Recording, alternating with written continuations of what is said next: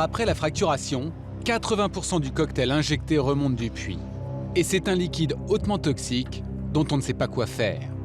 Les compagnies le stockent d'abord quelques mois dans ces bassins de rétention. Vu du ciel, voilà ce que ça donne. Des bassins d'eau polluée, il y en aurait 6 nouveaux créés chaque jour.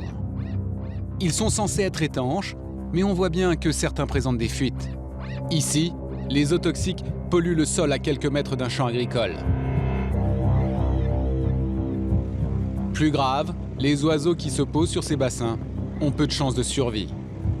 Les résidus de pétrole alourdissent leurs ailes et les empêchent de décoller. Ils vont mourir noyés. Mais à entendre les industriels, ces retenues d'eau ne poseraient aucun problème. Vous voyez, c'est tapissé avec une bâche en plastique très épaisse. Il n'y a aucune infiltration possible dans la terre. Et puis on met des petits drapeaux pour effrayer les oiseaux, pour les empêcher de venir ici. Et par ailleurs, est-ce que vous pensez qu'il pourrait y avoir des émanations? Non, parce que, imaginez, si l'eau s'évapore, les produits chimiques resteront au fond. Mais les produits chimiques, ils peuvent pas s'évaporer avec l'eau? Non, je pense pas. Pour Craig Slawson, il n'y a donc pas de problème. Mais si demain, le pétrole de schiste devait être extrait en France, quels risques les habitants voisins de ces exploitations pourraient-ils courir? Il existe une ferme qui a depuis peu un nouveau voisin. Un beau matin, au cours d'une banale promenade, elle s'est rendue compte que son nouveau voisin pouvait avoir des effets sur sa santé. Je suis allée voir ma fille qui vit à côté et quand je suis rentrée, mes yeux me piquaient, me brûlaient.